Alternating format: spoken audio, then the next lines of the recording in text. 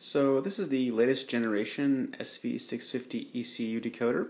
As you can see, it has 3 warning lights for the EFI warning, low pressure for oil, and neutral indicator.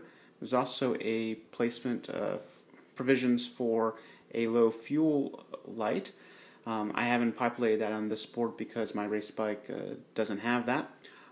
The 4-digit LED display here is for showing either water temp, or if there's an error, the error codes from the ECU.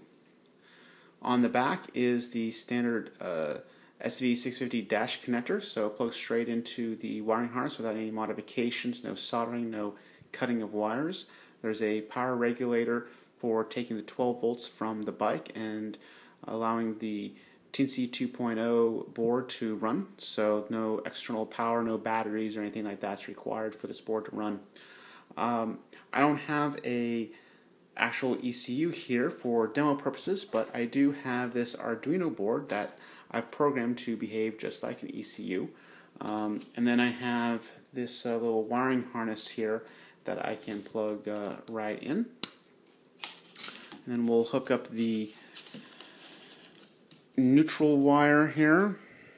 Let's see if I can do this.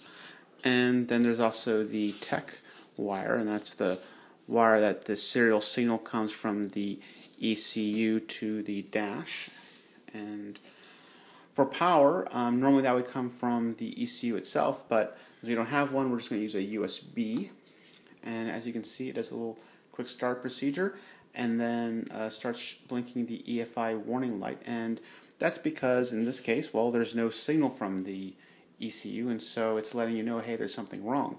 Well, let's alleviate that by plugging in our ECU faker, and as you can see, it starts sending water temperature, first 100 degrees, and then 184 degrees, and 227 degrees Fahrenheit.